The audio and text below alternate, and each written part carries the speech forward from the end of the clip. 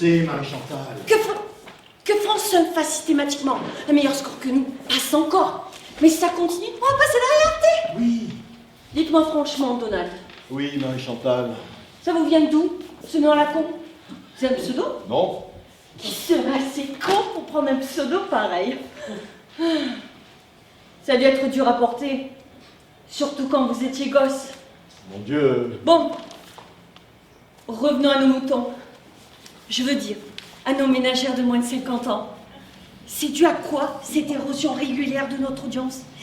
Et quand je dis érosion, on est en train de coller un pic, Donald! On pourrait changer le responsable des programmes et remettre à sa place celui qu'on a viré il y a 6 mois. Il est à la fiction maintenant. Nous sommes sur le Titanic, Donald, et tout ce que vous nous proposez, c'est de changer Transat. Je ne comprends pas. Pourtant, on a supprimé la publicité. Justement. Justement quoi? La pub. C'est la seule chose que les gens regardaient encore sur TF2. Alors forcément, maintenant qu'on l'a supprimé, l'audience chute. Ils vont regarder la pub sur France 1. Et nos séries à la française, qui ont fait la réputation de notre chaîne et qui s'exportent dans le monde entier. Bon, je pensais surtout à la partie extrême orientale du Benelux. Le Luxembourg, si vous préférez. Mais ne me dites pas qu'avant la suppression de la pub, personne ne regardait déjà plus les séries de TF2. Oui, pour patienter entre 2 plages publicitaires. Dites-moi la vérité pour une fois. Je peux vous parler franchement. Je ne vous ai pas embauché pour ça, c'est vrai, mais l'heure est grave. À force de vouloir faire des séries consensuelles, on a fini par inventer les séries invisibles. En tout cas, inregardables. On voulait que nos fictions ne dérangent personne, elles ont fini par emmerder tout le monde. Vous les regardez, vous? Je suis payé pour ça. Voilà, mais on ne peut pas payer des millions de téléspectateurs pour regarder nos fictions. Et dire que si j'étais née 30 ans plus tôt, j'aurais pu diriger le RTF. Pourtant, les auteurs sont très encadrés aujourd'hui, je ne comprends pas. C'est sûr. Pour un auteur qui écrit, on paye 6 conseillers de programme pour lui dire que ce qu'il écrit, c'est de la merde. Alors il est où le problème? Prenez la comédie, par exemple. C'est très difficile de faire rire un conseiller de programme. Alors en faire rire 6, de la même chose. Vous imaginez un peu? Et viennent d'où tous ces conseillers? Ça, on n'a jamais su. Quand une vache pond une bouse, sait-on d'où viennent les mouches? Il faut qu'on trouve quelque chose tout de suite pour monter à pente, Donald. Qu'est-ce que les gens regardent encore à la télé? À part la pub. Le foot. Mais on n'a plus les moyens avec la suppression de la pub. On a pu se payer les Jeux Olympiques d'hiver, mais apparemment, le tir à la carabine à plomb sur pâte à glace n'a pas encore trouvé son public en France. Le foot. Eh ben voilà. On n'a qu'à remplacer dans nos fictions les comédiens par des footballeurs. Des footballeurs.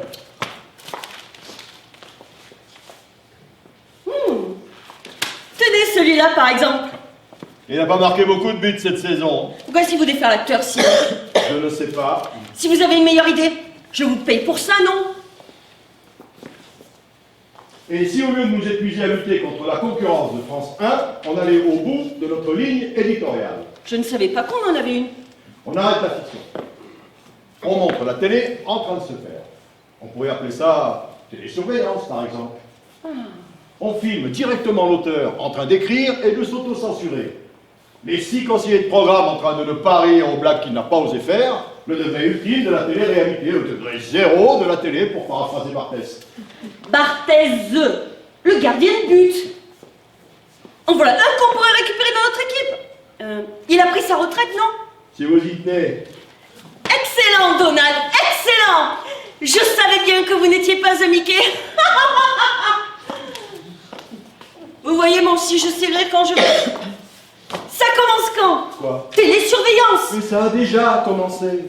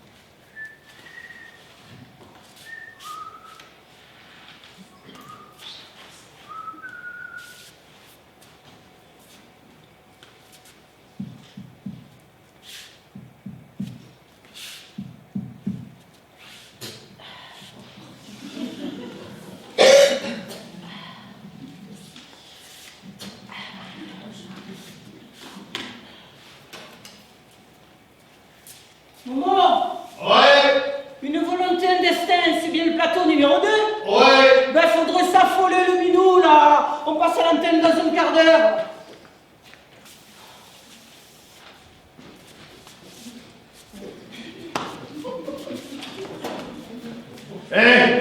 Je suis pas Dieu, moi, hein. Je peux pas être partout. Et puis, à part le feu au lac, l'invité de l'émission et le corps en maquillage. Elle est où la caméra?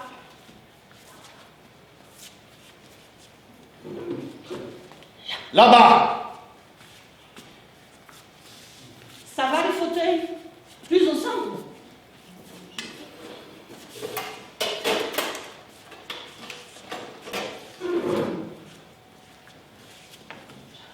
C'est qui l'invité aujourd'hui? Un politicien. Qui ça? Je ne sais plus. À droite ou à gauche? Au centre, il me semble. Mais maintenant, la gauche, la droite. Je te parle des fauteuils, abruti. Il va s'asseoir à gauche ou à droite? C'est ça le problème avec les centristes. On ne sait jamais à l'avance de quel côté ils vont siéger. Tu crois vraiment qu'on a le temps de rigoler? En principe, l'invité du jour, il s'assoit là. Et les autres autour du cul, ils s'assoient en face de lui, à tour de rôle. Et l'animateur? Attends, raison, il manquait de fauteuil. Ben ouais, il me semble. Il est con, lui.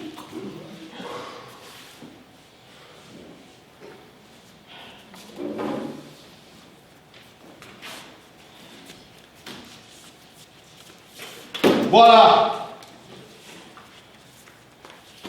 Tiens, assieds-toi là.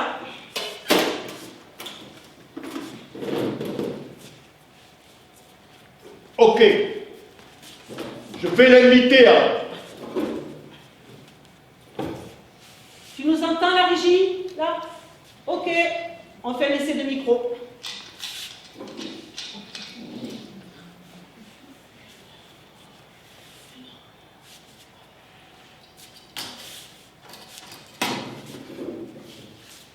Alors, monsieur Ducomte de la Tronchambier, nous aviez promis pendant votre campagne électorale que les impôts allaient baisser et que les salaires allaient augmenter. Or, c'est exactement le contraire qui s'est passé. Comment osez-vous encore montrer votre tête de nœud à la télévision? Cher ami, il ne faut pas voir les choses d'une façon aussi simpliste et caricaturale.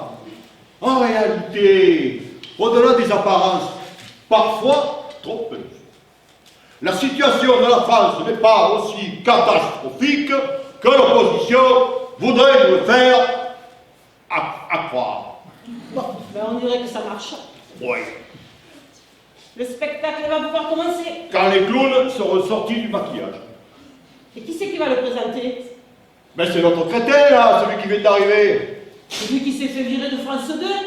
Je pensais qu'il en profiterait pour prendre sa retraite anticipée du côté de Saint-Rémy de Provence. Eh, qu'est-ce que tu veux? Le câble aujourd'hui, c'est la retraite chapeau du service public. Ouais. Aujourd'hui, même les anciens ministres se recasent en animateur télé. Et regarde Roselyne Bachelot. Du temps de l'ORTF, c'était le contraire. Au contraire. C'est les présentateurs télé qui se recasaient dans la politique. Regarde Noël, ma mère. Ah, c'est sûr que Roselyne Bachelot, elle aurait jamais pu faire présentatrice du temps où la télévision, elle était encore en noir et blanc. Tiens, voilà le présentateur vedette, justement. Alors messieurs, ça va comme vous voulez.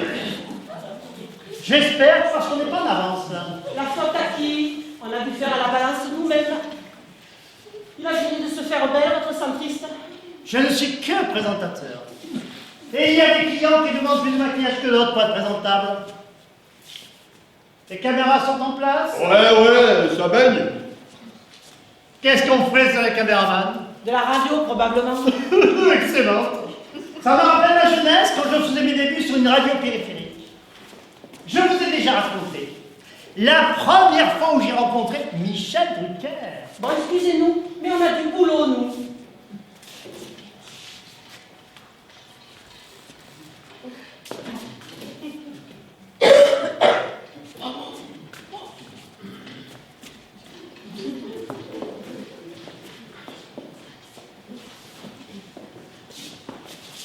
Du boulot. Quelle forme de prendre? Un qui bosse, deux qui regardent.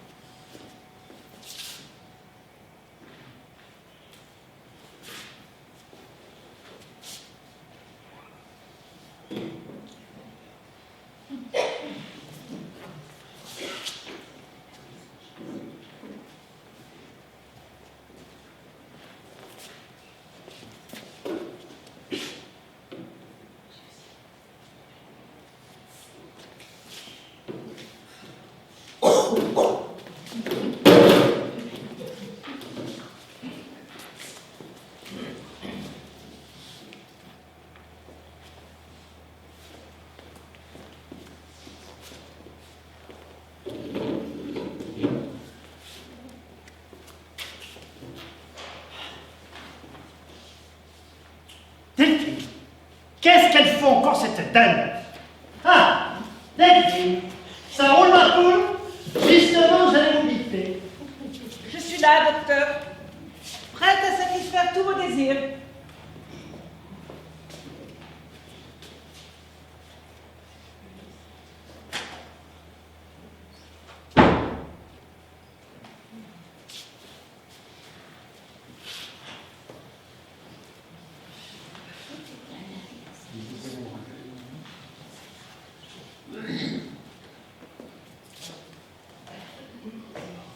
Et l'invité, il est prêt? Oui, oui, il arrive.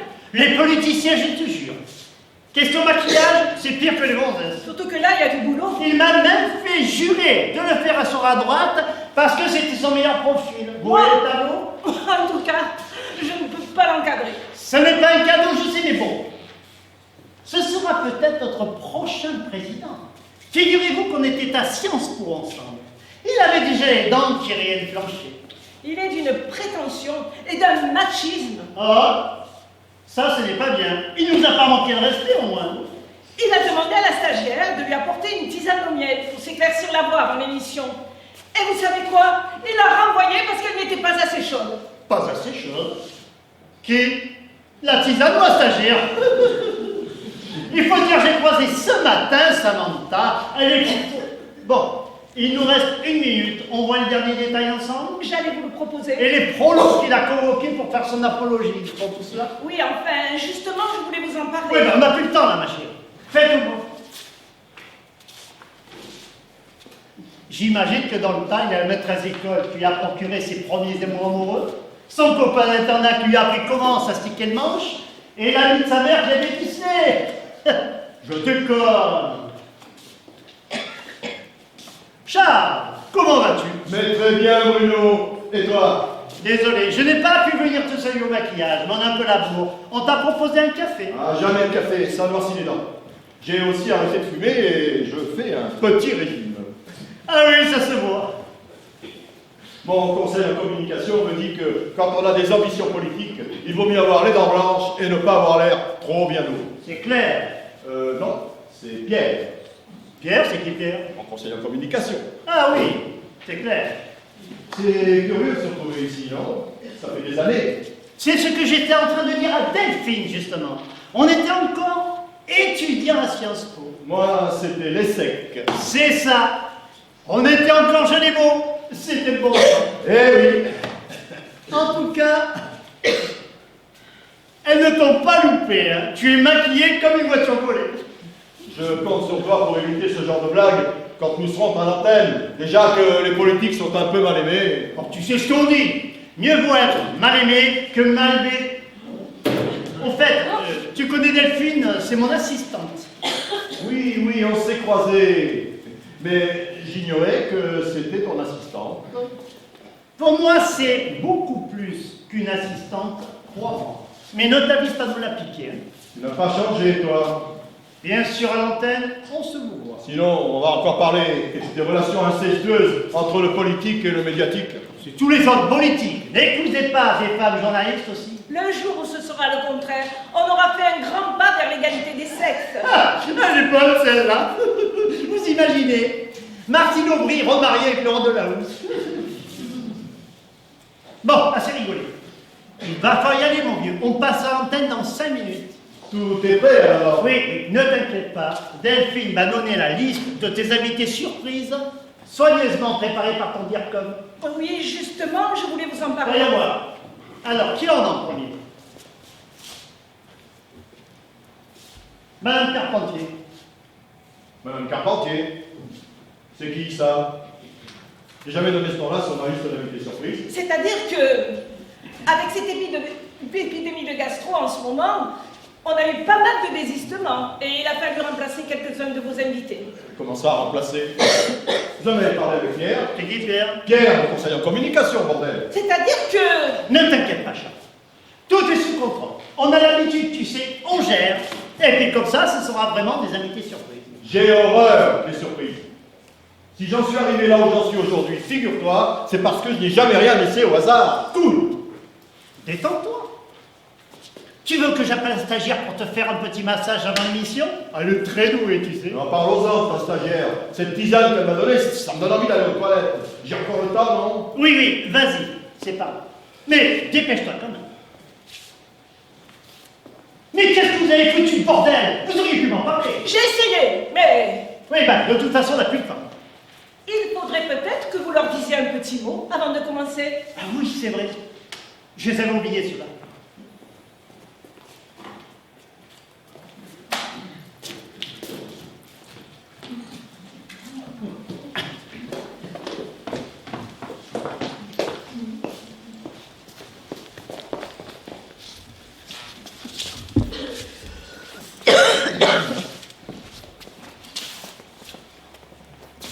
Mesdames et messieurs, bonsoir et bienvenue dans les studios de Canal Direct Plus. Comme vous le savez, vous allez assister à la diffusion en direct de notre émission Une volonté, un destin.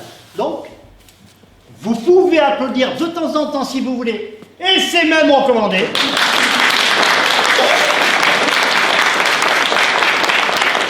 Mais sinon, vous la fermez, ok? Alors, si vous voulez vous moucher, ou tousser, ou vous étrangler avec votre popcorn, c'est maintenant. Pas de bébé asthmatique dans la salle? De personnes âgées qui respirent avec un appareil crurien? De belles-mères? C'est le moment d'aller les déposer à l'accueil. On vous les rendra à la sortie. Pour les téléphones portables, c'est pareil. N'oubliez pas de mettre une petite étiquette dessus pour éviter les erreurs quand on vous les rendra. Oui, nous voulez parler des portables, bien sûr. Vraiment? Pas d'anglais? Alors, c'est parti.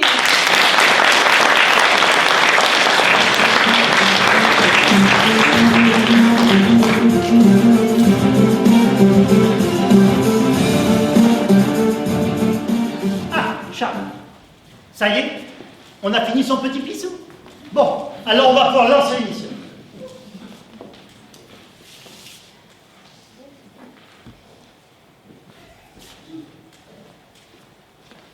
C'est qui tous ces gens? Ben, c'est le public.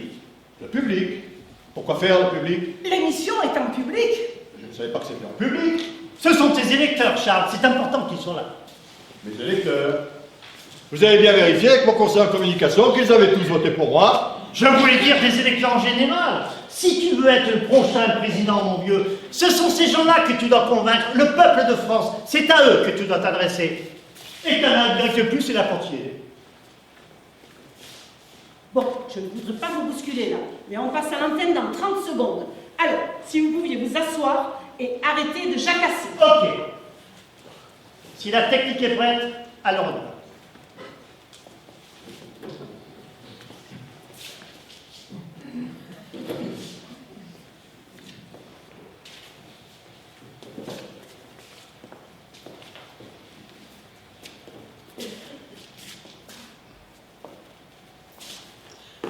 Cher public, fidèle et toujours plus nombreux, bonsoir. Très heureux de vous accueillir à nouveau sur le plateau de Une volonté, un destin. Notre invité du soir, vous le connaissez tous. C'est l'un de vos élus. Et un homme politique qui monte. Charles Dalencourt.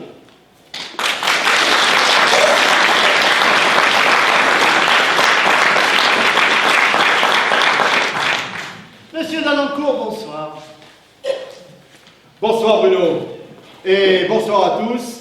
Merci de m'avoir invité sur ce plateau. Monsieur Dalencourt, vous êtes actuellement député des Français de l'étranger. Une circonscription injustement méconnue, mais il est vrai, plus difficile à situer sur une carte que la Corrèze ou le Calvados. Il est pourtant essentiel que ceux de nos compatriotes qui participent au rayonnement de la France dans le monde soient dignement représentés au Parlement. Et cher public, il est nécessaire de préciser que M. Dalencourt, en parlant de nos compatriotes étrangers, ne fait pas seulement référence à Charles Aznavour, Gérard Depardieu ou Yannick Noah, mais aussi à tous ces ingénieurs français anonymes qui exportent de par le monde ce que l'industrie française a de meilleur à proposer en matière d'avions militaires ou de centrales nucléaires. Je considère en effet tous ces anonymes comme les soldats inconnus de la mondialisation. Belle formule, Charles, et qui me fournit une transition facile. Ce n'est un secret pour personne que l'on parle de vous pour le ministère des Armées ou le ministère de l'Intérieur. Et vous ne cachez pas vos ambitions pour la prochaine présidentielle. Chaque chose en son temps, Bruno. Et je n'ai pour l'instant qu'un seul but, servir la France du mieux possible à la place qui est la mienne aujourd'hui. Cette modestie vous honore, monsieur Dalancourt. En tout cas, cette émission permettra sans doute au grand public de vous connaître un peu mieux. En effet, si les Français de l'étranger qui vous ont élu ont une image assez précise de votre parcours politique, les autres découvrent peut-être aujourd'hui votre visage. J'espère qu'ils ne seront pas déçus.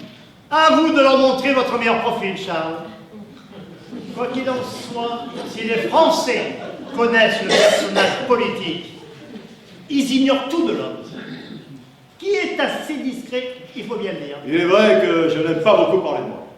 Mais je crois que c'est une nécessité de nos jours de savoir se mettre un peu en avant. Et mes compatriotes, qui m'ont placé aux responsabilités que j'occupe aujourd'hui, ont le droit de le savoir qui je suis.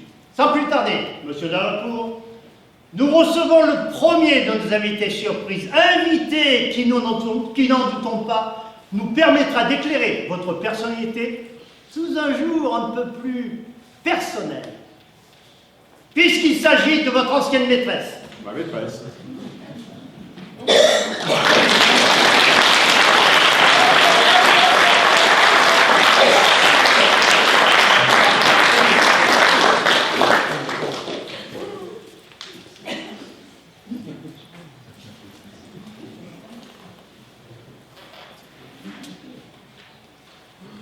Bonsoir, Claudine, et bienvenue dans notre émission Une volonté, un destin. Charles, j'imagine que vous reconnaissez Claudine, même si quelques années ont passé depuis la dernière fois où vous êtes vus. Oui, enfin non. C'est-à-dire que Claudine... Depuis toutes ces années, elle a un peu changé, elle aussi. Elle est maintenant à la retraite. Mais oui, Charles, c'est bien votre maîtresse d'école, Claudine, que vous avez connue à l'époque où vous usiez vos ponts de culottes sur les bancs de l'école Jules Ferry de Fontenay-aux-Roses. Oui, Madame Carpentier, évidemment. Tout C'est d'abord- pour ça que le nom de Claudine... Tout d'abord, Claudine, est-ce que Charles était un élève brillant? Brillant? Mon Dieu! Non! Je dirais plutôt moyen. Voilà! C'était un élève juste dans la moyenne. Un peu en dessous, peut-être. Eh bien, dites-moi, Claudine, on dirait qu'il s'est bien rattrapé. Comme quoi, dans notre beau pays, tous les cancres à l'école conservent une bonne chance de devenir un jour président de la République. Ah oui! Alors, Claudine, décrivez-nous un peu comment était Charles quand il était enfant. Quel adjectif vous vient d'abord à l'esprit pour qualifier le jeune garçon qu'il était à l'époque? Un adjectif? Oui, ou plusieurs si vous préférez. Ce n'est pas facile. Essayez quand même sans trop réfléchir. Sombre! Pardon? Oui!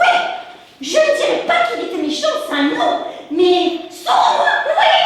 Oui, enfin.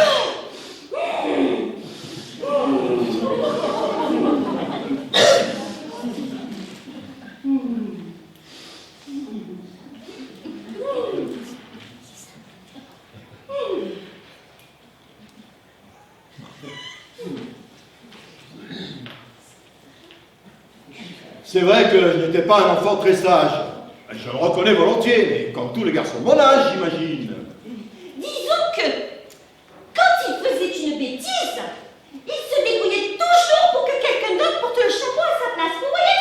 Je vois, Claudine. Eh bien, merci pour ce premier témoignage qui, n'en doutons pas, Une fois, je me souviens, il avait cassé le bras d'un nain en jouant au ballon pendant la récréation. un nain. Monsieur Dalancourt étudie dans une école pour nains. Non, mais pas un vrai nain. Un nain en porcelaine. Un nain de jardin, si vous préférez. Il était là, juste au milieu du parterre de fleurs dans la cour de récréation. Ah oui, je me disais aussi une école pour nains. Vous n'avez rien de Blanche-Neige, n'est-ce pas, Claudine? Bref, Monsieur Charles avait cassé le nain. C'était joyeux, mon préféré. Je me demande si ce petit salaud ne l'avait pas fait exprès. Eh bien, il s'est arrangé pour faire accuser un de ses camarades à sa place. Alors, Claudine, nous Regardez davantage ce pauvre Charles. Il est humain de ne pas vouloir payer les pots cassés, et après tout, il y a prescription, n'est-ce pas? Et cela nous montre que Charles est un homme, comme tout le monde, parfaitement normal, avec ses qualités, ses défauts et surtout ses qualités. En tout cas, il n'a pas changé. Eh bien, merci Claudine pour ce témoignage. Je me souviens d'une autre histoire. Une autre fois, Claudine. Nous avons encore beaucoup d'autres idées et...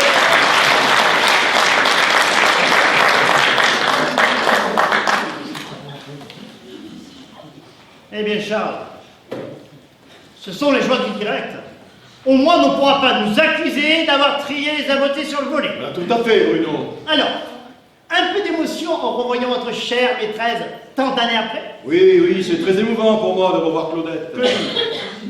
Je crains malheureusement que cette pauvre femme n'ait plus toute sa tête. Eh bien, sans plus tarder, monsieur Delancourt, nous recevons notre deuxième invité.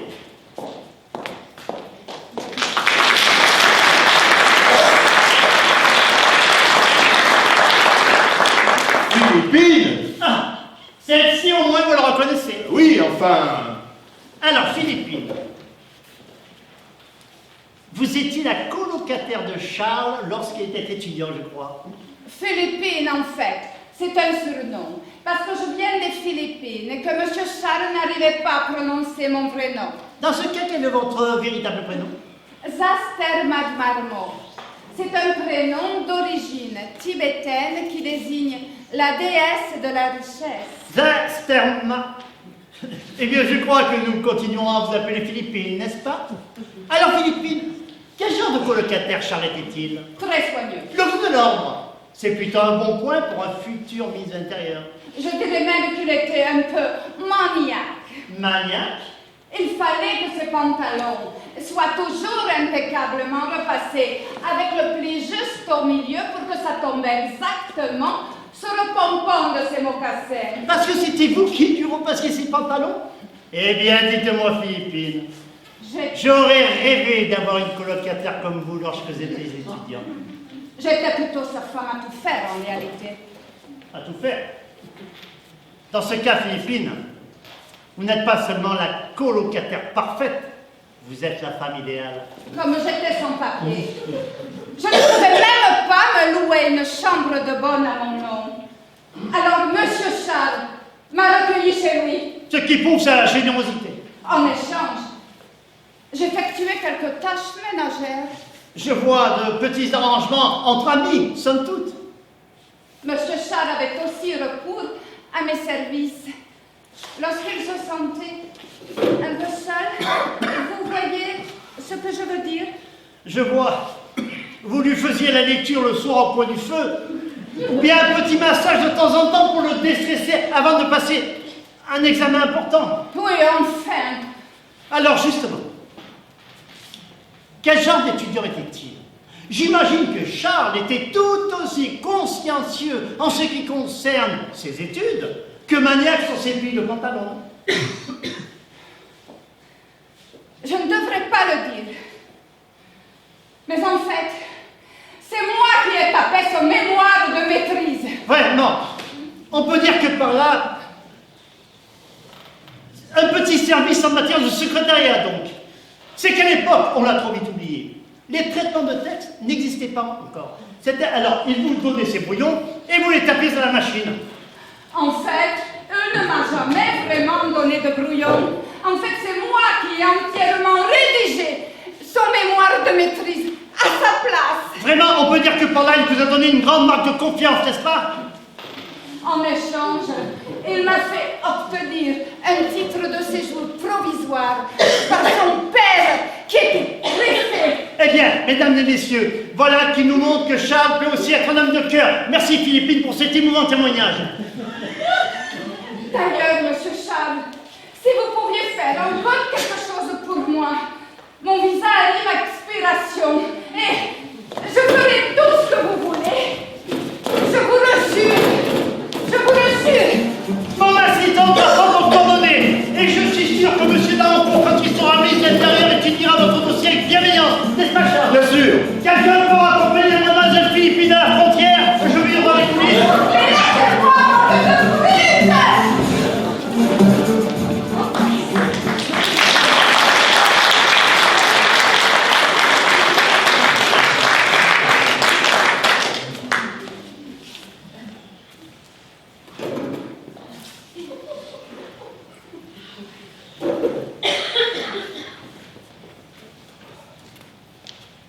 Eh bien, Charles, un dernier commentaire avant que nous passions à l'invité suivant. J'ai d'abord cru reconnaître cette personne, Bruno. Mais je suis à peu près sûr maintenant qu'il s'agit d'une usurpatrice. C'est aussi mon avis, Charles. Et je suis vraiment désolé pour cet incident, mais que voulez-vous, ce sont les aléas de la télévision. Sûrement une intermittente du spectacle qui avait un message à nous faire passer. Une émission pleine de surprises, donc. J'ai des choses à dire, moi aussi. Que va nous apprendre encore sur vous notre troisième invité, qui n'est autre, si je ne m'abuse, que la baronne Cassandra von Promamour, votre belle-mère.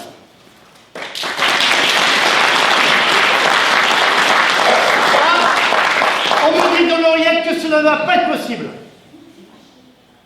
Nous sommes pris par le temps. Nous devons rendre l'antenne et nous ne pourrons pas continuer cette émission. C'est dommage, celle-là figurait bien sur ma liste d'invités surprises. Mesdames et messieurs, le temps passe trop vite et nous sommes malheureusement contraints de rendre l'antenne. Demain, nous recevons sur ce plateau la présidente de l'association de défense des usagers des réseaux sociaux de France en remplacement de Marc Zuckerberg, qui s'est désisté au dernier moment à cause d'une grève des contrôleurs du ciel à Roissy. Merci de votre fidélité à une volonté, un destin, et très bonne soirée à vous.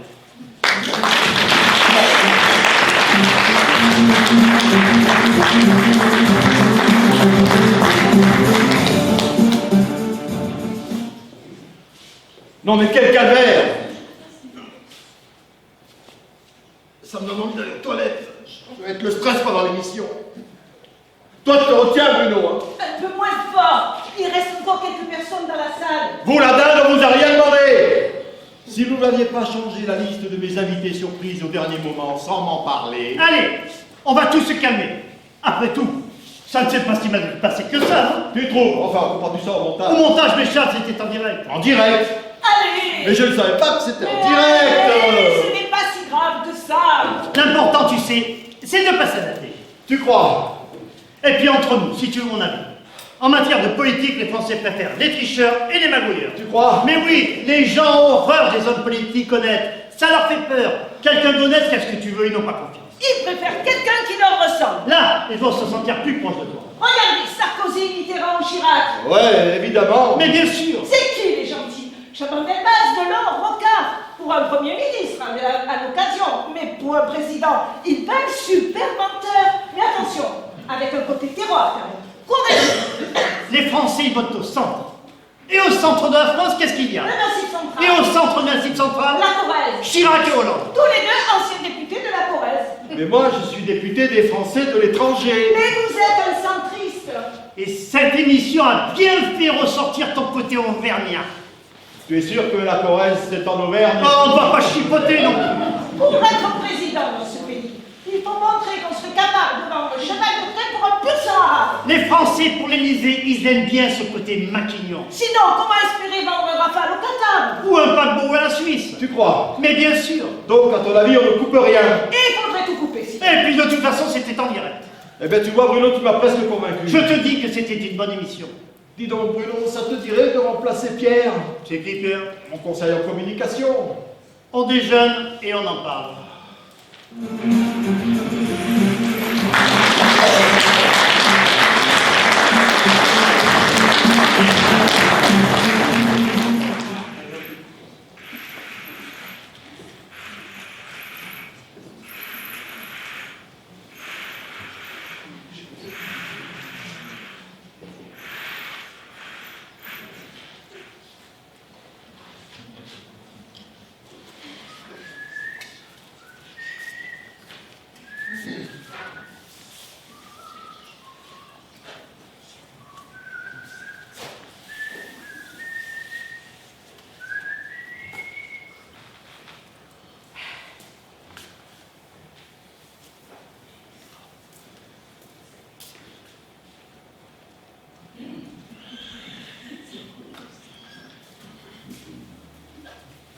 Bon, quoi maintenant sur le plateau numéro 2? Téléachat! Qu'on nous vende des politiques De la publicité, de toute façon. Ils nous promettent toujours de laver plus blanc. La télé, c'est toujours du téléachat, non?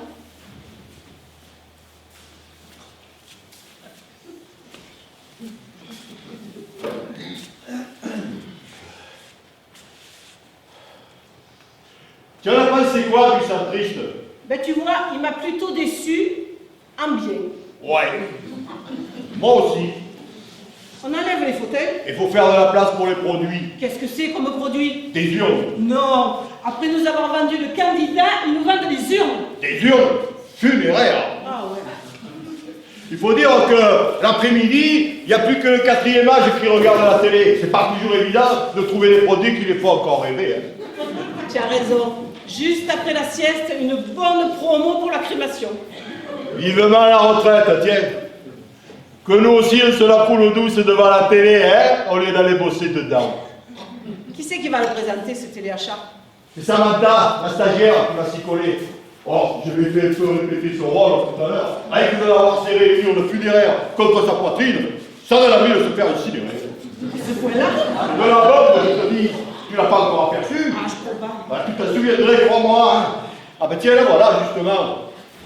Qu'est-ce qui vous arrive, mon petit? Oh mon Dieu, vous avez vu Delphine? Elle était là tout à l'heure, mais qu'est-ce qui se passe? Je viens de trouver Charles Dalancourt dans les toilettes pour hommes. Les toilettes pour hommes. Et c'est si grave que ça? Il est mort. Dans la cour, mort. Apparemment, ton centriste ne sera jamais président de la République. Bah, c'est peu probable, en effet. Hein. On dirait que dans ce pays, le centre est frappé d'une malédiction. Tout de même, c'est bizarre. Quoi? Qu'est-ce qu'elle faisait dans les toilettes pour hommes? Qui? La stagiaire. Un candidat au présidentiel est mort, et c'est tout ce qui te paraît bizarre dans cette histoire, toi? Tu crois qu'ils vont maintenir l'émission téléachat? Tu as raison. On ferait mieux d'aller se renseigner, pas la peine de se fatiguer pour rien.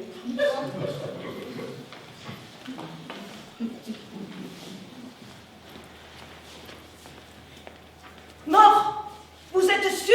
J'ai déjà vu des morts à la télé et croyez-moi, il avait l'air très mort. Ce n'est pas possible. Il nous aura tout fait, celui-là. Il faut prévenir Bruno, tout de suite. Vous avez raison, je vais aller le chercher. Je suis déjà au courant. Bon sang, il ne manquait plus que ça.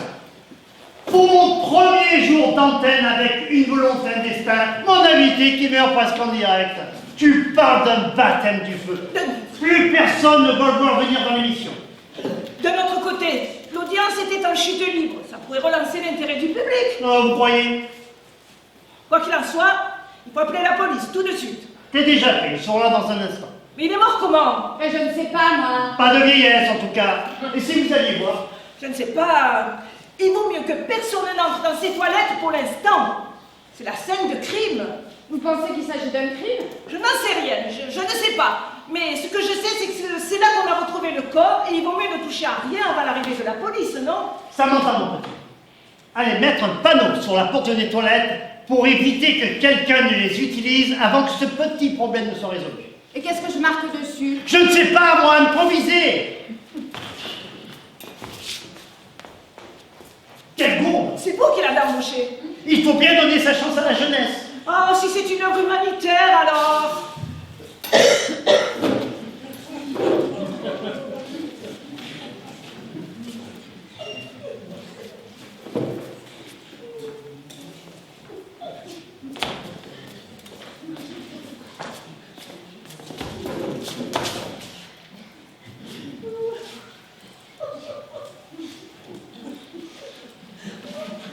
Commissaire Ramirez, et voici mon adjoint Sanchez. Ah, bonjour, commissaire. Nous vous attendions. Et Bruno Cascaldi, présentateur de cette émission Une volonté, un destin. Et voici mon assistante, Delphine Lambert. Très bien. Alors j'ai une première question à vous poser, monsieur Cascaldi. Je vous écoute. Vous connaissez Michel Drucker? Vous pensez qu'il a quelque chose à voir avec le décès de M. Dalancourt? Rien ne permet de le supposer pour l'instant. Je voulais seulement savoir si vous étiez intime avec Michel Drucker. Ma belle-mère l'adore. Vous pouvez m'avoir un autographe, c'est un de vos amis. Ma foi, j'ai eu l'occasion de le rencontrer, oui. Dans le métier, vous savez, on se connaît tous. Et puis il a une maison en Provence, pas très loin de la mienne. Vous jouez au boule avec Michel Drucker? Non, pas que je me souvienne. On a peut-être pris un pastis ensemble une fois. Le corps est dans les toilettes, commissaire. Ah, oui, le corps. Sanchez, Allez, jetez un œil sur le cadavre, voulez-vous? Oui, C'est par là. commissaire. C'est par là, je vais vous accompagner.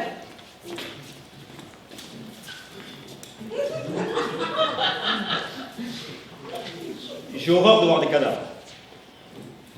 Je sais, dans mon métier, je devrais avoir l'habitude, mais non, ça n'arrive pas à m'y faire. Quand il n'y a pas de sang, ça va encore. Il est dans quel état? Je ne l'ai pas vu non plus, à vrai dire. C'est la stagiaire qui a découvert le corps et je vous avoue que moi non plus, je ne suis pas fan de ce genre de spectacle. Le pire, c'est l'odeur. Les corps en décomposition, c'est une horreur. Aucun risque de ce côté-là, commissaire. Je parlais encore avec lui il y a pas d'un quart d'heure, son cadavre est encore chaud, je vous le garantis. Vous me rassurez, Bruno. Donc il s'agit de Charles Valencourt, c'est ça? Oui, tout à fait. Son nom me dit quelque chose. Il est député. Et on parle de lui pour le ministère de l'Intérieur. Si vous ne l'aimez pas, vous avez la veine. A priori, il n'y a plus guère de chances qu'il soit un jour votre patron.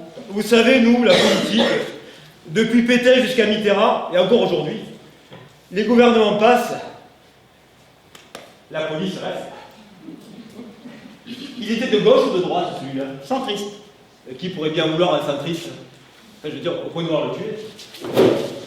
Vous pensez qu'il s'agit d'un meurtre, commissaire? Et tant qu'à faire, je préférerais. Au moins, je ne me serais pas déplacé pour rien.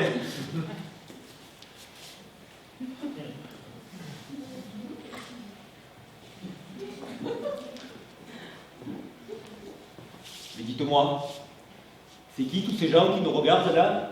C'est le public, commissaire. Le public? Moi, je pensais que la télé, on la regardait tout seul dans son salon. Cette émission a été diffusée en direct et en public. Je vois. Bon. Eh bien, vous leur dites de rester à la disposition de la police, hein? Vous voulez dire qu'ils ne peuvent pas entrer chez eux? J'en ai bien peur, cher ami.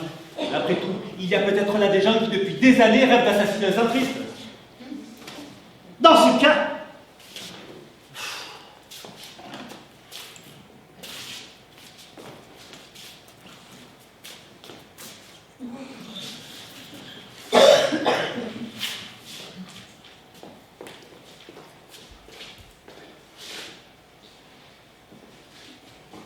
mesdames et messieurs, je vais vous demander de rester assis à vos places jusqu'à nouvel ordre.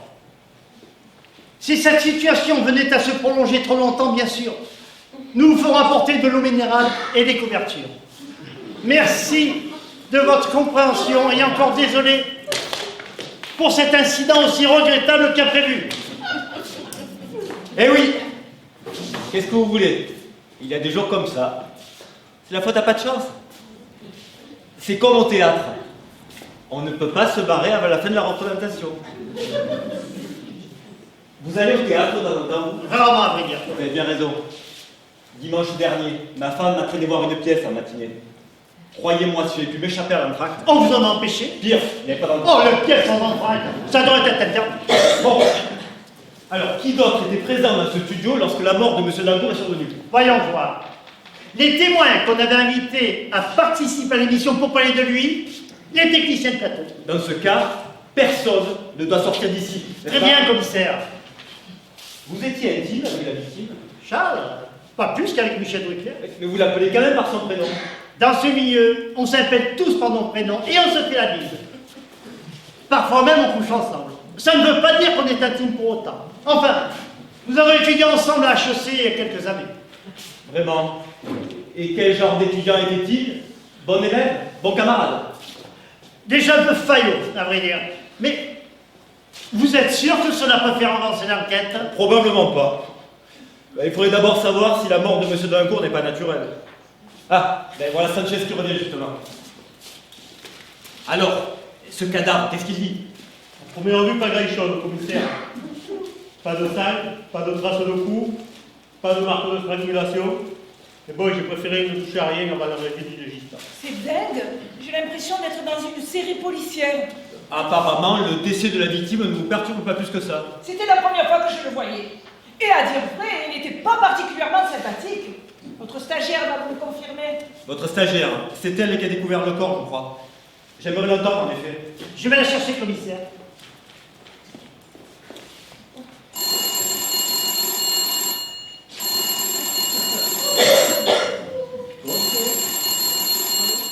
Oui, D'accord, j'arrive. Le législatif vient d'arriver, je m'en occupe.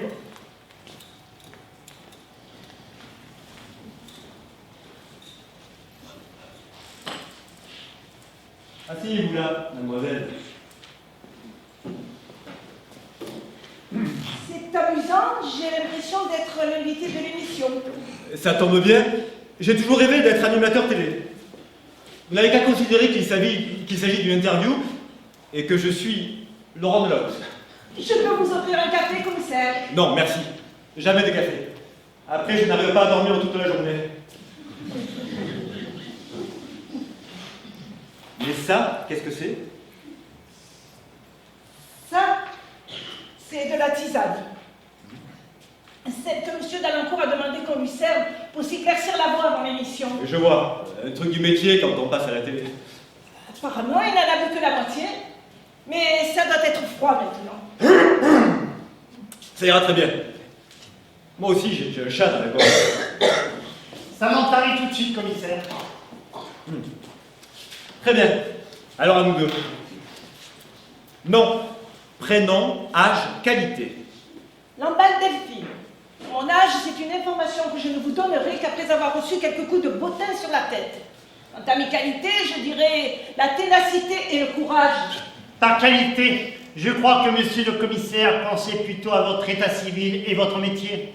Je suis célibataire, sans enfant à charge, et je suis l'assistante personnelle de monsieur Bruno Cascaldi.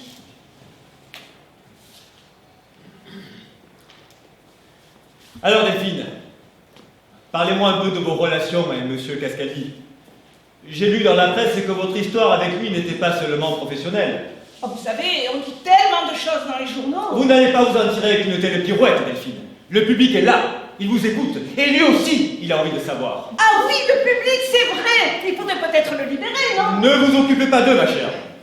Ils n'avaient qu'à rester tranquillement chez eux à regarder la télé comme tout le monde. Mais vous n'avez pas répondu à ma question. Alors, si vous devez choisir un statut Facebook pour décrire votre relation avec monsieur Cascaldi, en couple, en partenariat domestique, dans une relation libre. Disons que c'est compliqué. Je vois. Enfin non, je ne vois pas du tout en fait. Je vous ramène la stagiaire au commissaire. Elle s'apprêtait à partir, mais j'ai réussi à intercepter. Alors mademoiselle, vous ne vous plaisez pas avec nous? Mais pas du tout, j'allais juste... Nous allons ça tout de suite. Des nouvelles? D'après lui, cela ressemblerait à une intoxication, commissaire. Une intoxication volontaire, vous voulez dire? Un empoisonnement? Mais qui aurait bien pu vouloir empoisonner cher Dalancourt? Le labo nous en dira sûrement un peu plus tout à l'heure. Très bien. Alors à nous deux, Samantha. Je suis à l'entière disposition de la police, commissaire. Et croyez bien que nous sommes très sensibles à votre désir de coopérer. Sanchez, occupez-vous d'elle, je reviens tout de suite. J'ai un truc à faire aux toilettes. Ah, je trouve le cadavre, commissaire. Ah, mais j'en profiterai pour jeter un œil au passage. Je vais vous accompagner. Posez votre sac et asseyez-vous là. Merci. Comment vous appelez-vous? Samantha Roubignac. Alors, Samantha, que faisiez-vous dans les toilettes pour hommes quand vous avez découvert le corps sans vie de M. Dalancourt? Eh bien, je... Convenez que la place d'une dame est plutôt dans les toilettes pour dames, alors Elle était avec moi. ah oui, Je suis un gentleman. Je ne peux pas laisser mademoiselle dans l'embarras. une chose m'échappe, M. Cascaldi. Pourquoi un gentleman comme vous avait-il besoin de donner rendez-vous à sa stagiaire dans les toilettes pour hommes? Je ne vais pas vous faire un dessin. Nous verrons ça plus tard si c'est nécessaire. Mais je peux vous poser une question, M. Cascaldi? Oui. Entretenez-vous une relation amoureuse avec mademoiselle Roubignac? C'est ce que je viens de vous dire, non? Ah pardon, je n'avais pas compris. Ah d'accord. Mais dans ce cas, M. Cascaldi, pourquoi ne pas avoir dit tout de suite que vous étiez là lorsque votre stagiaire a découvert le corps de M. Dalancourt? Nous étions tous les deux enfermés dans une cabine de toilette pour hommes. Vous comprenez que c'était assez embarrassant. Embarrassant pour qui? Oh, du nouveau commissaire.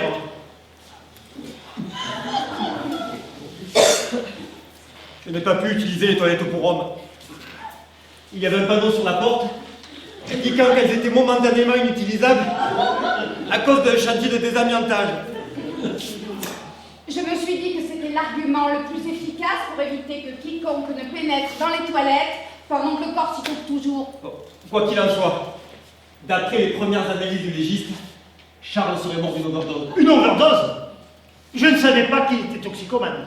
Une overdose de quoi, commissaire? Une overdose de tisane, c'est l'hypothèse la plus probable. Si c'est votre hypothèse la plus probable, commissaire, j'avoue que je serais assez curieux de savoir quelle serait pour vous la moins probable des hypothèses. Une overdose de tisane. Mais je n'aurais jamais pensé que la tisane pouvait être toxique à ce point. Et d'après le légiste, à très haute concentration aussi. Monsieur Delancourt aurait absorbé en une seule tasse une dose massive de tisane de nuit tranquille. Il aurait plongé dans un sommeil profond, proche du coma. Il n'est donc pas mort? Pas encore. Mais rien ne dit qu'il se réveillera un jour. Et quand vous dites de tisane, commissaire, il pourrait s'agir d'une tisane comme celle que cette tasse vide semble avoir contenue. Oui, je vous le confirme. C'est bien la tisane que M. Delancourt a demandé qu'on lui serve avant son décès, mais... On ne va donc pas tarder à connaître les effets toxiques de ce violent poison. Qui aurait bien pu empoisonner ce breuvage, commissaire? Et ceux-là, vous les avez interrogés? Non, pas encore. Le coupable pourrait tout aussi bien se trouver là parmi eux. Allez faire un tour dans le public, Sanchez.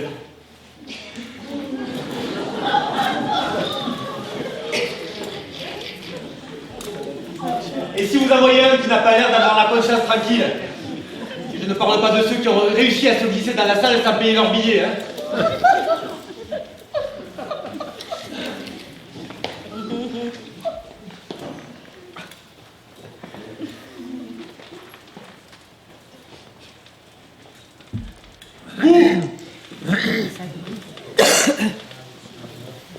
Pouvez-vous me suivre, s'il vous plaît? Pourquoi moi? Disons, contrôle faciès. Mais rassurez-vous, on vous signera un récépissé après vous avoir tabassé et on vous tatouera sur les deux fesses nos numéros de matricule. Ça vous va?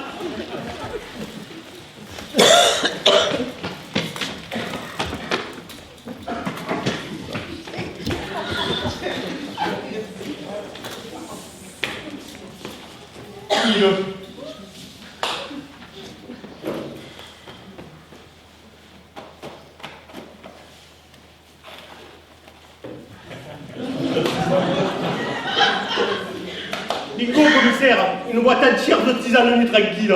Alors, qu'est-ce que vous avez à dire pour expliquer ça? Consommation personnelle. Ouais, ils disent tout ça.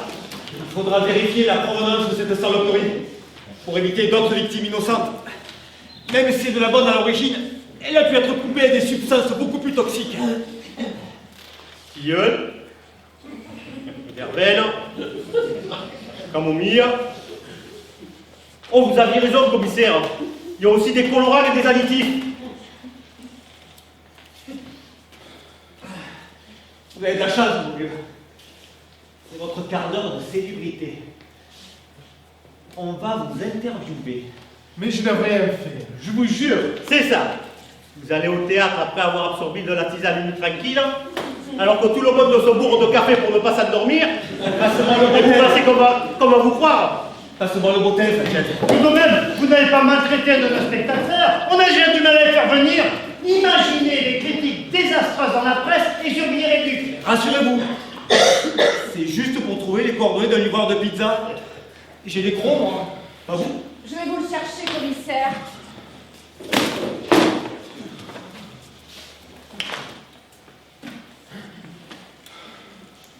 Voyons voir. Pizza, pizza. Ça devrait faire l'affaire. Comme d'habitude, commissaire. On ne change pas une équipe qui gagne.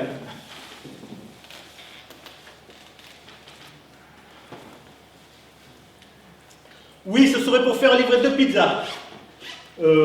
Une margarita avec supplément de fromage et une napolitaine.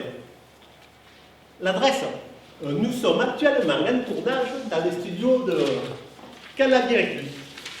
Oui, la chaîne de télé, c'est ça. Ah, ça vous sait. Très bien, merci. Bon, Alors, où on en était? Qu'est-ce qu'on va boire avec ça? Tu n'as pas commandé nos bières. C'est complètement sorti de l'idée, commissaire. Bon. Toi, va nous chercher 2 canettes. Moi? Oui, toi. Vous n'avez pas peur qu'il ne revienne pas? Et pas avec ça. Un bracelet électronique? Combiné avec un taser. On a bricolé ça nous-mêmes. C'est imparable. Ah oui, j'ai un truc assez similaire pour dresser mon berger allemand. Oui, c'est un peu de ça qu'on s'est inspiré, c'est vrai. On devrait généraliser le système pour les spectateurs de théâtre. Ça limiterait les risques d'évasion pendant l'entraille. Allez, va chercher toi.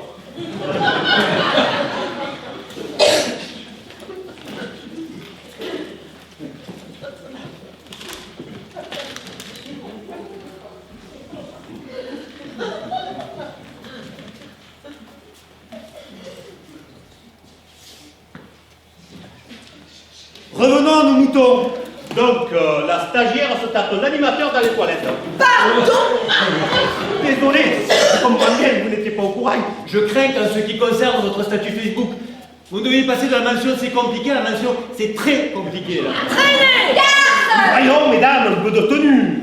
Je vous rappelle que cet interrogatoire est enregistré en direct et en public. Tentative d'assassinat par administration massive de tisane nuit tranquille. C'est curieux. Ça me rappelle étrangement une autre affaire. Vous pensez que nous pourrions avoir affaire à un serial killer? À moins qu'il s'agisse tout simplement d'un crime fabuleux. Mais pourquoi? C'est vrai qu'on n'a pas le mobile. Il rêvait de devenir président. Enfin, il faut bien reconnaître que ses chances étaient assez minces. C'était pas Kennedy, c'est clair. Un centriste, ça ne dérange personne. Un centriste dans le coma, encore moins. Même si la différence avec un centriste qui n'est pas dans le coma n'est pas toujours parfaitement perceptible à l'œil nu. Amenez-moi les invités. On va les cuisiner aussi. Je vais aller les chercher, commissaire. À propos de cuisine, je meurs de faim, moi. Pas vous, commissaire? Je ne sais pas ce que j'ai pas d'appétit. J'espère que ce n'est pas les premiers effets de cette infusion toxique que je viens d'avaler. C'est curieux. Moi, quand je fume un pétard, ça me donne faim.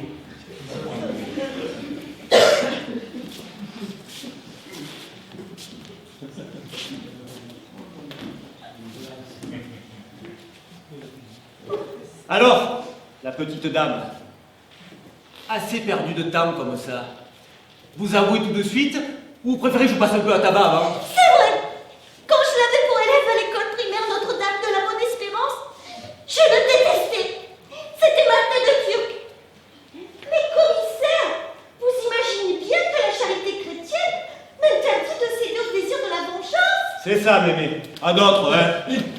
Sanchez, passe-moi le taser. On va lui rafraîchir un peu la mémoire, parce qu'il y a les bigotes.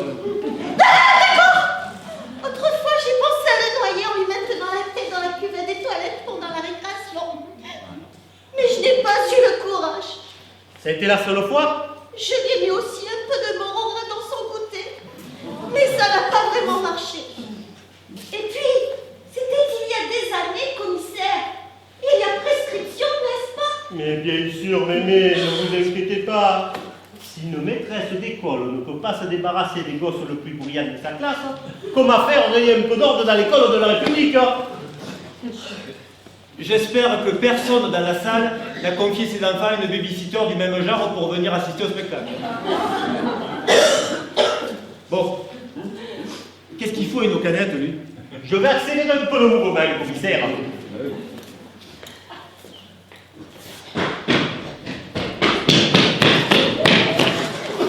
Eh ben voilà. Là, c'est super.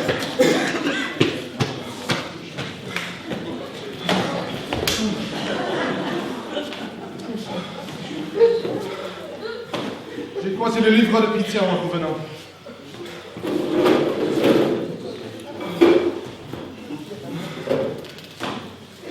Et oh.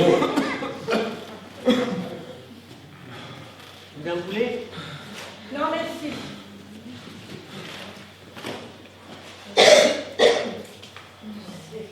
Vous avez tort. Elle est très bonne. Bon, allez la Vioque, tu peux te calmer. Pars-toi, allez, va-t'en. À l'accueil, on vous remettra une urde, un dédommagement de tous ces petits tracas. Histoire que vous ne gardiez pas un trop mauvais souvenir de votre passage dans notre émission. De toute façon, on a bien annulé la session téléachat et on ne sait pas quoi faire des produits. Merci, c'est très gentil.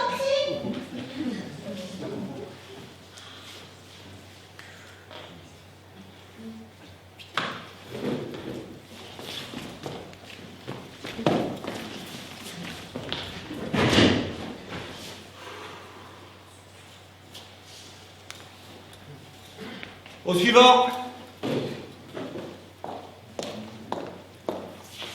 Alors, vous aussi, vous détestiez la victime, j'imagine. Mais pas du tout. Je l'adorais. Je lui vouais même un véritable culte. Fouille-la. Elle a une tête qui ne m'inspire pas. Et tu sais qu'en termes de délit de faciès, je me trompe rarement.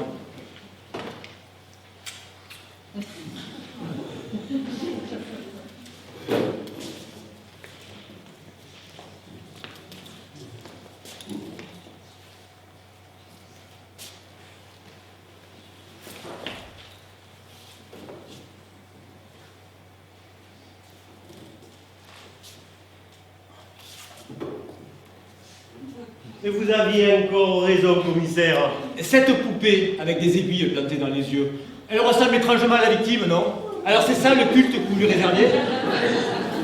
D'accord. J'ai essayé de lui jeter un sort. Mais ça n'a jamais vraiment marché. Je vous le jure. Aujourd'hui, en tout cas. Bon, allez, et qu'elle se barre aussi.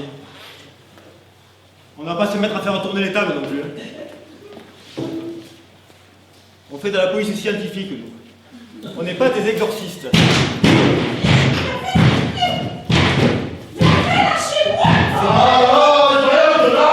C'est qui cette folle? La belle-mère de la victime. La belle doche.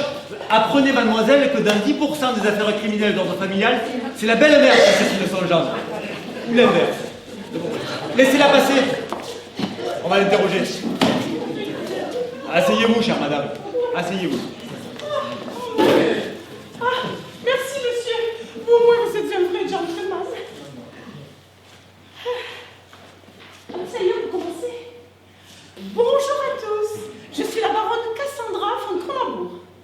Et donc, vous connaissez très bien Charles Dalancourt. Si je connais Charles, c'est mon gendre. Et sans flagornerie, contrairement à tous les témoignages malveillants que j'ai pu entendre jusque-là, Charles est le gendre idéal. Le genre idéal. Vous voulez dire du fait de l'état dans lequel il se trouve en ce moment? C'est vrai que savoir que ma fille est mariée avec un homme qui fera peut-être d'elle la première dame de France, c'est une fierté, car de ce fait, je deviendrai automatiquement, si je puis dire, la première belle-mère de France. J'en profite d'ailleurs pour saluer ma fille, qui doit nous regarder à ce moment. Donc, selon vous, vous n'aviez aucune raison de vouloir l'assassiner. Assassiner mon gendre, mais en fait, c'est ridicule. Mademoiselle, pourriez-vous m'indiquer où se trouve la caméra? Je ne la vois pas. La caméra? Mais enfin, il n'y a pas de caméra. Mais comment ça, la caméra? Mais en fait, je suis bien sur le plateau d'une volonté destin.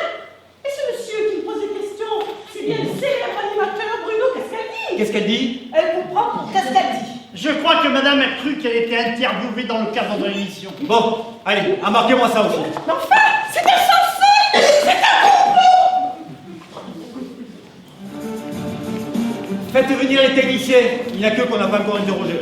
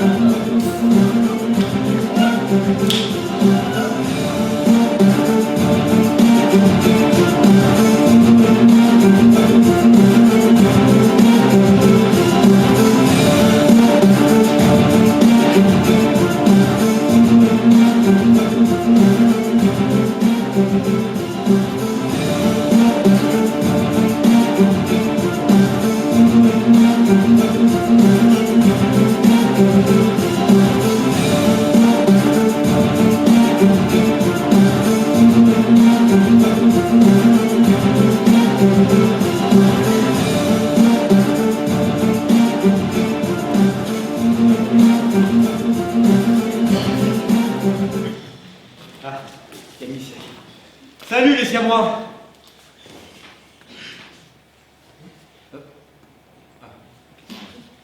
Alors, qu'est-ce que vous alliez à lui reprocher, vous, à Dalincourt, puisque tout le monde avait l'air de le détester? Lui reprocher?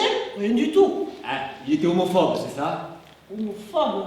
Non, je ne sais rien, moi. Militer contre le mariage gay? Mais qu'est-ce que ça aurait à voir avec nous, de toute façon? Allez les gars, me la fais pas, me dites pas que vous deux. Les moustaches, la salopette, le look Super Mario. Non, mais je vais lui faire... Non, messieurs, je vous en prie. Oh, oh, oh. Ça suffit. Assez de violence pour aujourd'hui.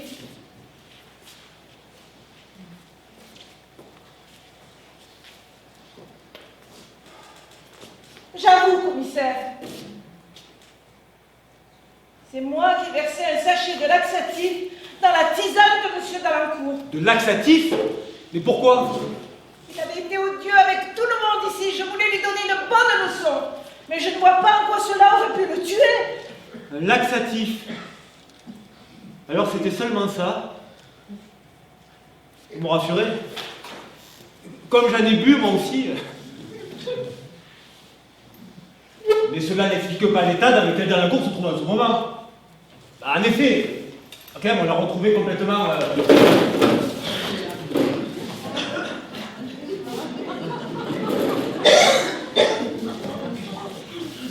Tiens, voilà qui va relancer l'enquête. Dans une affaire criminelle, il est très rare d'avoir le témoignage de la victime.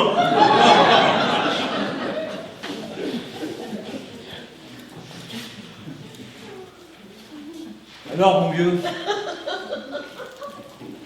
dites-nous tout. Qui a essayé de vous tuer? Me tuer? Vous ne vous souvenez plus de rien, c'est ça? Ah, si, ça me revient. J'avais une envie pressante, je suis allé aux toilettes. Et en ressortant, j'ai croisé Samantha. Je lui ai demandé ce qu'elle faisait dans les toilettes pour hommes. Et c'est à partir de là où j'ai perdu le fil. Bruno venait de sortir. Monsieur Dalincourt a essayé d'abuser de la situation. Alors je me suis débattue. Avec mon sac, je lui ai donné un grand coup de sac. Puisque l'honneur d'une demoiselle est en jeu, alors... Mais qu'est-ce que vous avez dans votre sac?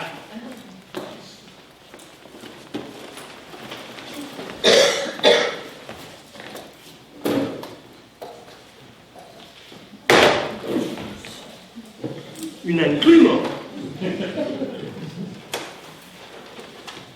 Qu'est-ce que vous faites avec une imprimante dans votre sac à main? C'est juste une sécurité au cas où vient d'attenter à votre vertu? Vous savez qu'une bombe lacrymogène, c'est quand même beaucoup plus léger. C'est curieux, parce que cette imprimante ressemble furieusement à celle qui a disparu de mon bureau ce matin. J'avais besoin d'une imprimante. Et c'est pas avec ce qu'on me paye ici. C'est clair que de recevoir ça sur la tronche, bah, c'est plus efficace qu'une dose de nuit tranquille. Vous voulez porter plainte? Ce ne sera pas nécessaire. Dans ma situation, je préférerais que cette affaire ne s'ébruite pas trop. Je peux m'en aller maintenant? Ben, je vous en prie.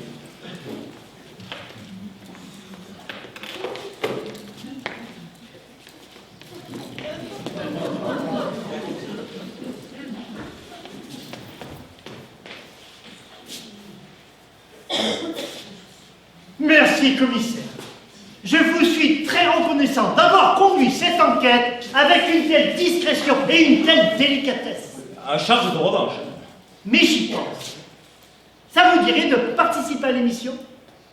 En tant qu'invité d'honneur? Nous recevons aussi des personnes représentatives de la société civile. Et en tant que policier, vous êtes en quelque sorte un héros social. Vraiment? Avec tout ça, on a dû annuler le tournage du téléachat. On pourrait mettre en boîte cette interview maintenant, puisque vous êtes là. Pourquoi pas? Alors je passerai à la télé. Ce n'est que le calme, mais bon. C'est ma femme qui va être contente. Ben, je m'assieds là? Oui, tout à fait. Et cette fois, c'est moi qui pose les questions. Je n'ai pas l'habitude d'y répondre, mais je ferai de mon mieux. On va faire une petite répétition à blanc avant de lancer la caméra. D'accord? C'est parti. Monsieur Ramirez, comme vous le savez, la police est assez mal aimée dans notre pays. À votre avis, pourquoi? Ah, je crois que nous allons devoir interrompre cette pas vrai pour une femme qui a le temps de passer à la télé.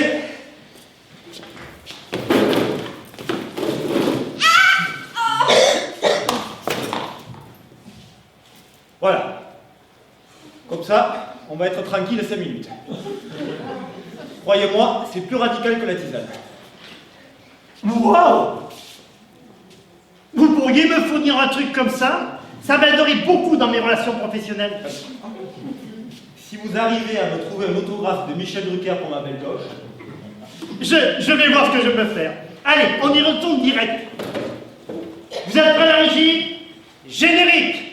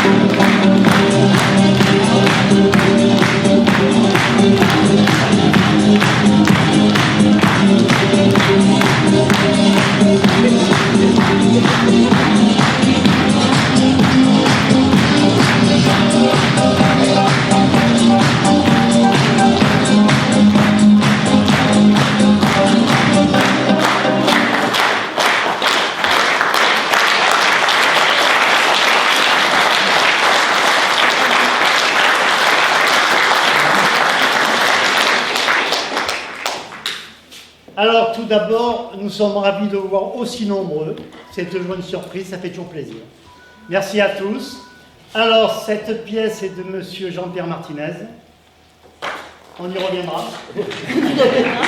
Ensuite, un grand merci à la municipalité qui nous met toujours cette belle salle à disposition. Un grand merci à eux. Monsieur le maire, je sais qu'il est présent.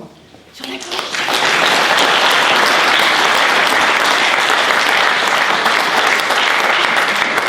Dans cette pièce, sur un plateau, le nom de la pièce, de M. Jean-Pierre Martinez. Alors, dans les rôles, j'essayais de me rappeler de tout, parce qu'il y a eu plusieurs rôles. Tout d'abord, on va commencer par le rôle de Claudine. Interprétée par Sandrine. Et en plus, le rôle de Marie-Chantal dans le prologue. Toujours par Sandrine. Ensuite, alors là aussi, la beau rôle de Samantha.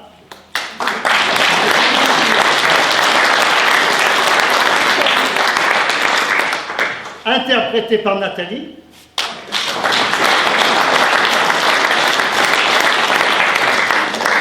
Il y avait le rôle aussi de Philippine. Donc Samantha était... Le rôle de Delphine, mon assistante, c'est Cathy.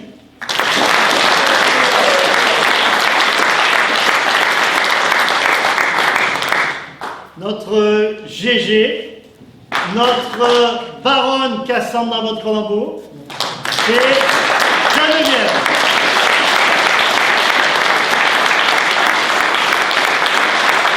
On commence par le bout. Alors la participation de notre amie Colline dans le rôle de Dominique.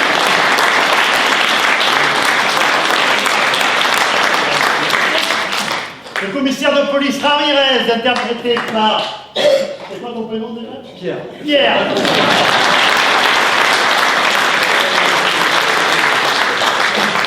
Alors là aussi, plusieurs rôles à son arc. D'abord le député, Monsieur Delacour, Monsieur Donald dans le prologue, et Momo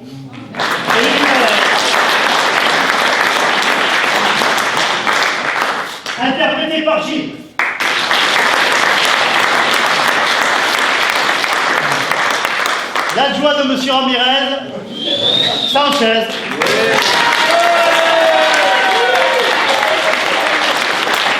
Interprété par mon ami. Comment c'est ton prénom? Et donc. Ah, c'est. Attends. Frédéric.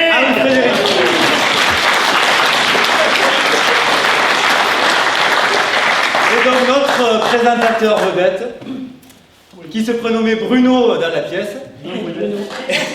Et donc Bruno.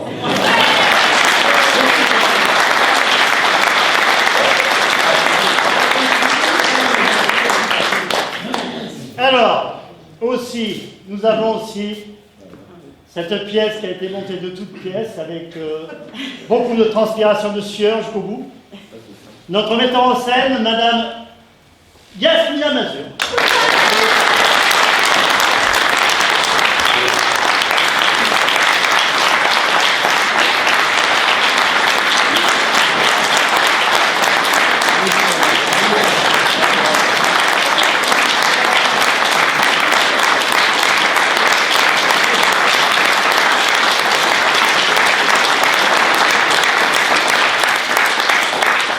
Et un qui nous en fait beaucoup transpirer, longuement, sûrement, qui a pété quelques fusibles, mais propres, pour figurer, notre régisseur Henri.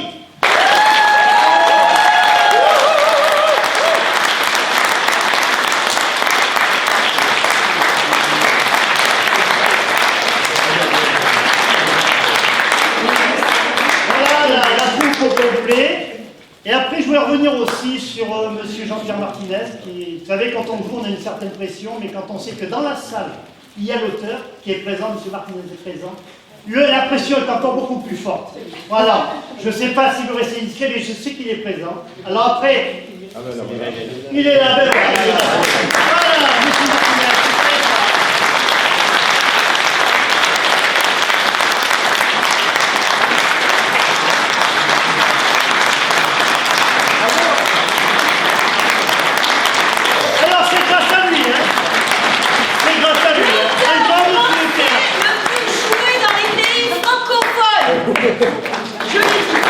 Alors, sachez, M. Martinez écrit de multitudes de pièces de théâtre très drôles, de très nombreuses pièces de théâtre. 78. 78 pièces. C'est un grand monsieur de théâtre.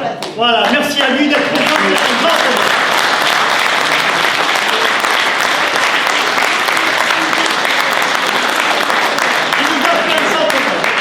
Un grand homme. Non, mais je voulais juste vous dire tout le plaisir que j'ai d'être ici avec vous. C'est toujours un grand plaisir d'aller voir les troupes amateurs sur le terrain. C'est quelque chose que je fais beaucoup et donc c'est toujours un très très grand plaisir.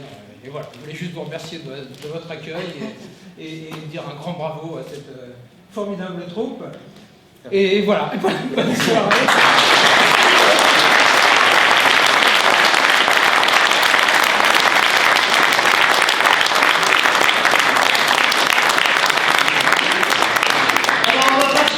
Ça, bien entendu.